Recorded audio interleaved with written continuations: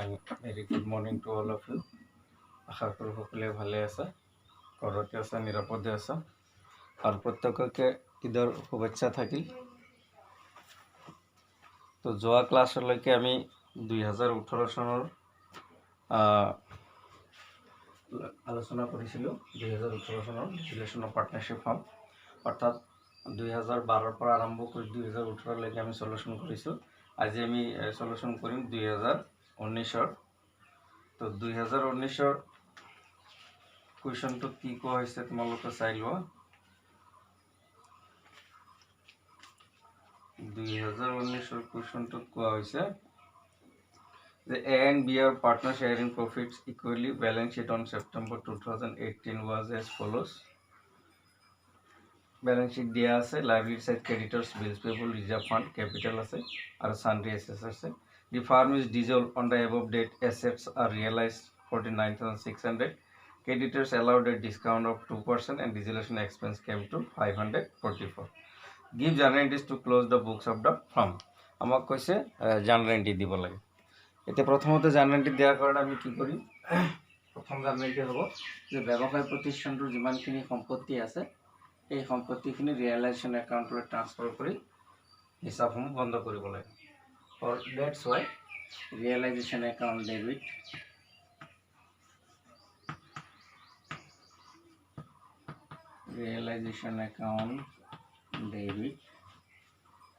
to sundry assets আছে ইয়াতে sundry assets account narration of being assets transferred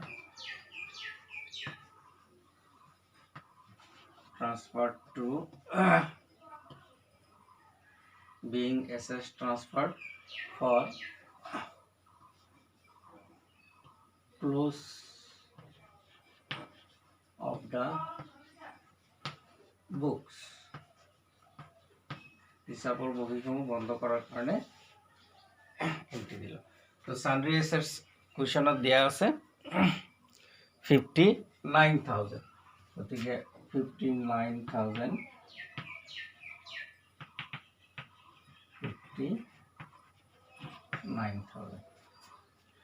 তাৰপিছত 2 number entry হ'ব যে ব্যৱসায় প্ৰতিষ্ঠানটোৰ যিখিনি দেনা আছে all these liabilities should be transferred to realization account for close down the books of the firm. তো দেনাৰ ভিতৰত দেখা পাই আছো আমি মেইনলি আছে ক্ৰেডিটৰ্ছ আৰু বিলছ পেয়েবল। গতিকে দেনা ক্লোজ ডাউন কৰাৰ কাৰণে হ'ব creditors account debit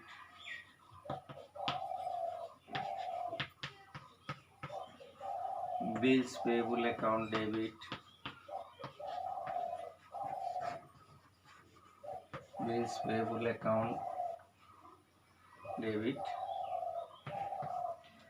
to realization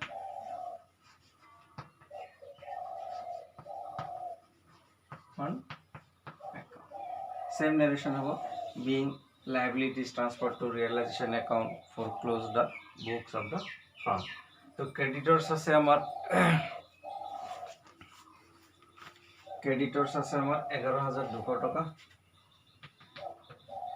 11,200 টাকা আৰু বিলস পেবল আছে আমাৰ 1800 টাকা। তো এইখিনি যোগ কৰিলে কিমান হ'ব 11 আৰু 1 12 13,000 টাকা। এইখিনি আমি ট্ৰান্সফাৰ কৰিম। এতিয়া সম্পত্তি দেনা ট্ৰান্সফাৰ কৰাৰ পিছত নেক্সট এন্ট্রি হব সম্পত্তি বিক্রির এন্ট্রি অর্থাৎ রিয়েলাইজেশন অফ অ্যাসেটস। তো সম্পত্তি 3 নম্বর এন্ট্রি সম্পত্তি বিক্রি করা হয়েছে অ্যাসেটস আর রিয়েলাইজ 49,600। তার বাবদ জার্নাল এন্ট্রি হব bank account debit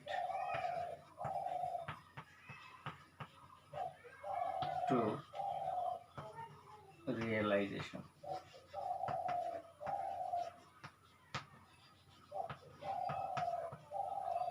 $49,600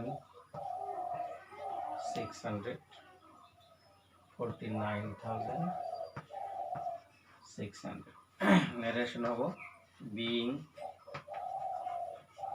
assets realized being assets realized তো সম্পত্তি বিক্রি হৈ গ'ল এতিয়া আমি কি কৰিব লাগিব এই সম্পত্তিসমূহ বিক্ৰী কৰিবলৈ যাওঁতে কিছু খৰচ হয় সেই খৰচখিনি আদায় দিব লাগে আৰু থাৰ্ড পাৰ্টিৰ লাইবিলিটি যিখিনি থাকে সেইখিনি আমি পৰিশোধ কৰিব লাগে তো থাৰ্ড পাৰ্টিৰ লাইবিলিটি এটা দুটা আছে ক্ৰেডিটৰ আৰু বিলছ পেবল আৰু ৰিয়েলাইজেশ্যনৰ যিটো এক্সপেন্স এই তিনিটা আমি আদায় দিম আৰু সেই তিনিটা যেতিয়া আদায় দিয়া হ'ব তাৰ লগত প্ৰয়োজনীয় জাবেদা প্ৰবিষ্টি হ'ব 4 নম্বৰ realisation account debit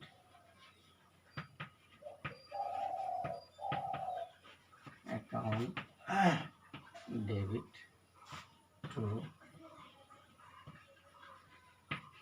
bank account তো ব্যাংক অ্যাকাউন্টেৰ ভিতৰে কি আছে মই তোমালোকক ব্ৰেকেটত দেখাইছো এটা আছে ক্ৰেডিটৰ্ছ আমি পৰিশোধ কৰিব লাগিব 11200 টকা তো এই 11200 টকাৰ পইচা যে ক্ৰেডিটৰক আমি 2% কমাই দিলে হ'ব তো 11200 টকা 2% যদি আমি কমাই দিওঁ আমাক ৰেহাই দিয়া হৈছে ডিসকাউন্ট পাইছো তেনেহলে 0 0 অর্থাৎ কিমান হ'ব 2 2 গুণ 4 1 2 গুণ 2 224 টাকা আমি কমাই দিব পাৰো তো 11200 টাকাৰ পৰা আমি 224 টাকা যদি আমি কমাই দিব পাৰো তেনেহলে 10 পৰা 4 গলে 6 9 পৰা 2 গলে 7 আৰ 11 পৰা 2 গলে 9 10,976 অৰ্থাৎ আমি ক্ৰেডিটৰ্সৰ পৰিশোধ কৰিব লাগিব 10,976 টাকা তেনেহলে ক্ৰেডিটৰ্সৰ হল 10,976 টাকা প্লাস বিলস পেবল আছিল 1800 টাকা প্লাস রিজুলেশন এক্সপেন্স আছিল 544 এই গোটেই কেটা মিলি ব্যাংক অ্যাকাউন্ট তিনটা তো এই তিনটা আমি যদি যোগ কৰো কিমান পাম 10,976 1800 আৰু 544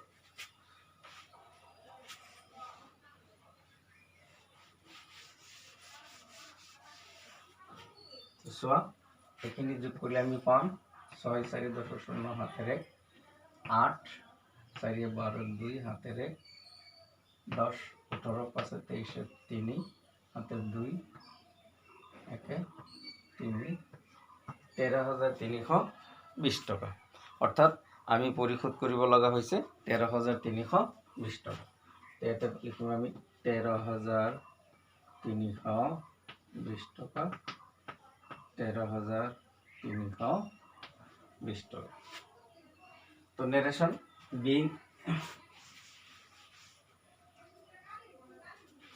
being liability and expense paid এই যেমন ঋণ পরিশোধ করা হয়ে গেল এতিয়া সেই ডিজুলেশনৰ সময়ত ব্যৱসায় প্ৰতিষ্ঠানটোৰ অংশীদাৰসকলৰ লাভ হ'ব পাৰে লোকসান হ'ব পাৰে লাভ হলে সেই অংশীদাৰে ভোগ কৰিব লোকসান হলেও ভোগ কৰিব according to their profit sharing ratio এতিয়া লাভ হৈছে নে লোকসান হৈছে আমি যদি থ্ৰুতে এবাৰ জাস্ট ৰিয়েলাইজেশন অ্যাকাউন্টৰ মই দেখাই দিছো যে ৰিয়েলাইজেশন অ্যাকাউন্ট যদি বনোৱা তেনেহলে আমি গম পাম বা অৰ্কিনোট দিও কৰিব পাৰা সাপোজ এটো রিয়েলাইজেশন অ্যাকাউন্ট তো জানগেন্টি সোয়া realisation account debit to sundry assets ইফালা আছে সানড্রি অ্যাসেটস তো সানড্রি অ্যাসেট আছে 59,000 তাৰপিছত নেক্সট সোয়া রিয়েলাইজেশন ক্রেডিট আছে তনো by creditors and bills payable sundry creditors bills payable তো ক্রেডিটর্স আছে 11,200 টাকা বিলস পেবল আছে 1800 টাকা নেক্সট সোয়া bank account debit to realisation গতিকে বাই ব্যাংক 49,000 ব্যাংক 49,600 তাৰপিছত realisation account debit to bank আছে ব্যাংক 13,320 টাকা এতিয়া সোয়া কোনটো পক্ষ ডাঙৰ হ'ব আমি অনুমান কৰিছোঁ যে এইটো পক্ষ ডাঙৰ হ'ব লাগে এইটো পক্ষ যদি ডাঙৰ হয় আমি যোগ কৰিলে কিমান পাম চোৱা যে 320 9 3 12 2 হাতের এক একে 2 পাশে 7 72,320 আচ্ছা 72,320 এতিয়া ইফালে আছে চোৱা 72,320 আমাৰ ইয়াতে এইখিনি যোগ কৰিলে আমাৰ কিমান হয় চোৱা 11,200 1800 আৰু এটা 49,600 যোগ কৰা 0 0 6 2 8 8 16 6 হাতের এক একে 10 11 12 2 হাতের এক একে 5 একে 6 62,600 টাকা এটা 62,600 এটা আমি চাও 62,600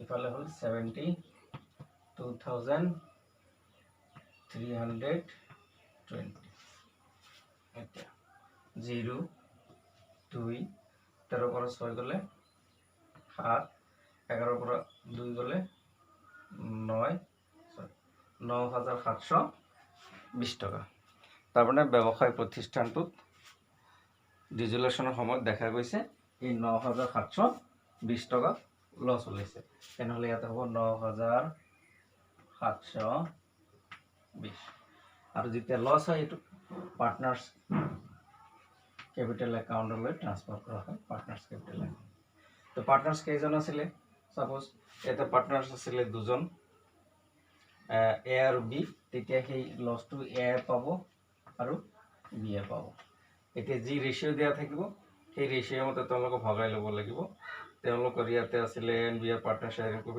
ইকুৱেলি সমান সমান অৰ্থাৎ 9,720 টাকা তেওঁলোকৰ দুইজন পক্ষই সমানে সমানে ভোগ কৰিব তে এনেকৈ তোমালোকে প্ৰফিটটো ওলোৱাৰ কাৰণে এনেকৈ নিজে এবাৰ কৰি ল'ব পাৰা বা ৱৰ্কিং নোট দি কৰা মততে তুমি দেখাব লাগিব এক্সামিনাৰক যে প্ৰফিটটো তুমি কেনেকৈ নিৰূপণ কৰিছা ৱৰ্কিং নোট দি কৰা বা ৰিয়েলাইজেশ্যন একাউণ্ট বনাই কৰা গতিকে এতিয়া আমি 9,720 টাকা কি পালো লোকসান পালো তো এতিয়া জানুৱাৰীটি হ'ব নেক্সট জানুৱাৰীটি মই দেখাই আছো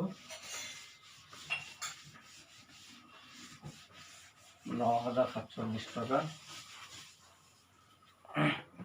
গতিকে লস হয়েছে যেহেতু লস হলে পার্টনার্স ক্যাপিটাল অ্যাকাউন্ট ডেবিট হবো অর্থাৎ S capital account debit S capital account debit B's capital account debit debit debit to realisation account কিমান টাকা লস আমি পালো 9,720 টাকা 9,720 টাকা এতিয়া 9,720 টাকা যেটো ইকুৱেল পাৰ্টনাৰ আছিল ইয়াক যদি আমি সমানে ভাগ কৰো 9,720 টাকা আমি যদি ইকুৱেলি ডিভাইড কৰো 2 কেবা যাব 4 2 4 8 এটা থাকিলে 1 17 এর ভিতর কেবা যাব 8 বার 2 এটা 16 হাতের 1 12 এর ভিতর 6 বার 4860 4860 4860 The narration however being loss on realization transferred to partners capital account in their profit sharing ratio. So এই হলো লোকসানৰ এন্ট্ৰি তাৰ পিছত তেওঁলোকৰ মূলধনখিনি ঘূৰাই দিব লাগিব ৰিজলিউচনৰ সময়ত ফাইনেল সেটেলমেন্ট যাক আমি ক'বলৈ কওঁ এতিয়া ফাইনেল সেটেলমেন্টৰ কাৰণে যেটো জানুৱাৰী হয় যে এটো হ'ব অন্তিম জানুৱাৰী পাৰ্টনাৰৰ মূলধন যেতিয়া ঘূৰাই দিয়া হয় এটো হল পার্টনার্স ক্যাপিটাল অ্যাকাউন্ট ডেবিট অর্থাৎ S capital account debit B's capital account debit এটা হলো ফাইনাল সেটেলমেন্ট টু এতিয়া কিমান টকা আমি ঘূৰাই দিম আমি কিন্তু এতিয়ালৈকে গম নাপাওঁ। গতিকে এইটো মই ৱৰ্কিং নোট দি কৰিম, যেনেকৈ ইয়াতে আমি কৰিছিলোঁ ৱৰ্কিং নোটত কৰিম। যেতিয়া ফাইনেল সেটেলমেন্ট কৰা হ'ব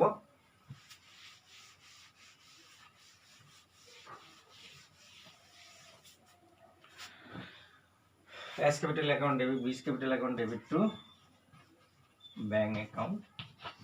এতিয়া চোৱা কিমান টকা দিম। পাৰ্টনাৰে আছিলে দুজন, এ বি। চোৱা তেওঁলোকৰ এজনৰ অপেনিং কেপিটেল আছিলে 20,000, বিৰ আছে 20,000, এইখিনি আছিলে। আৰু ৰিজাৰ্ভ ফাণ্ড আছে, ৰিজাৰ্ভ ফাণ্ডৰ ভাগ পাব 6,000 ইকুৱেল যিহেতুকে 3,000 আৰু নাই। আৰু ৰিজুলেশ্যনৰ সময়ত যিটো লছ হৈছে 4,860, এই লোকচানৰ ভাগ ল'ব লাগিব। গতিকে 23,000 23,000 পৰা লেছ লছ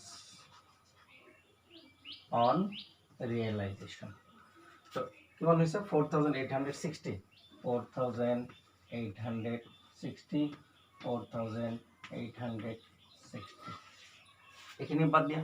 লছখিনি 0, 10 পৰা 6 গ'লে 4, 9 পৰা 8 গ'ল 1, 12 পৰা 4 গ'লে 8, 18,140 টকা। অৰ্থাৎ তেওঁলোকে এ আৰু বি 18,140 টকা আমি ঘূৰাব লাগিব। আৰু সেইটো হ'ব 18,140, 18,140। এতিয়া দুটা যোগ কৰিলে যিখিনি হয় বেংক একাউণ্ট, এতিয়া দুটা যোগ কৰিলে কিমান পাম 0, 4, 4, 8, 2, 8, 8, 16, 6, 7, 3, 36,250. Narration about being final settlement of the partners. এতিয়া অন্তিম জানুৱাৰী এন্ট্ৰিটো যেতিয়া ফাইনেল সেটেলমেন্ট কৰা হয়, being paid partners capital account আমি এনেকৈ নাৰেশ্যন দিব পাৰোঁ। তো এই আছিলে 2019-ৰ। আমাক যদিও জানুৱাৰী এন্ট্ৰি খালি কৰিব দিছিলে, তো জানুৱাৰী এন্ট্ৰি কৰিবলৈ যাওঁতে দেখা যিটো লছ ওলাব লগা হয় বা লোকচান ওলাব লগা হয় ডিক্লেৰেশ্যন টাইমত, তাৰ কাৰণে আমি হয়তো ৰিয়েলাইজেশ্যন একাউণ্ট বনাব লগা হৈছে, বা পাৰ্টনাৰ্ছক ফাইনেল সেটেলমেন্ট কৰাৰ কাৰণে হয়তো পাৰ্টনাৰ্ছ কেপিটেল একাউণ্ট বনোৱা নাইবা ৱৰ্কিং নোট দি বনোৱা মুঠতে আমি বনাব লাগে, নহ'লে আমি জানুৱাৰী এন্ট্ৰি দি উঠি আমি এমাউণ্ট বহাব নোৱাৰিম। তো আল্টিমেটলি আমি গোটেইখিনি কামে কৰিব লগা হয়। তো আশা কৰোঁ তোমালোকে আজি যিখিনি ইলাষ্ট্ৰেশ্যন 2019-ৰ ডিজলিউশ্যন অফ পাৰ্টনাৰশ্বিপ ফাৰ্মৰ পৰা যিটো কুৱেশ্যন আহিছিলে আমি আলোচনা কৰিলোঁ, এই 2019-ৰ তোমালোকৰ আগতো দেখাইছোঁ। গতিকে এই 2019 আলোচনা কৰিলোঁ, আৰু 2020 মই ইয়াৰ আগৰ ক্লাছত আলোচনা কৰিছিলোঁ। তো আজি মই তোমালোকক ডিজলিউশ্যন অফ পাৰ্টনাৰশ্বিপ ফাৰ্মৰ মানে অফিচিয়েলি আজিৰ পৰা মই এইখিনিতে সমাপ্ত কৰিলোঁ। যদি কাৰোবাৰ কিবা কনফিউজ থাকে, বুজাত অসুবিধা থাকে, থিয়ৰী হওক প্ৰেক্টিকেল হওক, মোক পাৰ্চনেলি অভাৰ টেলিফোন হওক, মেছেজ কৰি হওক, ভইচ মেছেজ হওক বা যিকোনো উপায় হওক, বা ফিজিকেলি মোক লগ কৰি হওক, নিজৰ নিজৰ যিটো বুজাত অসুবিধা আছে সেইখিনি ক্লিয়াৰ কৰি ল'বা। আৰু পৰৱৰ্তী আমি ছেকেণ্ড পাৰ্টলৈ গুচি যাম। তো ছেকেণ্ড পাৰ্টৰ কাৰণে তোমালোকে সাজু হোৱা বুলি আশা ৰাখি আৰু সকলোকে ঈদৰ শুভেচ্ছা জনাই মই তোমালোকৰ পৰা এতিয়া বিদায় লৈছোঁ। ধন্যবাদ।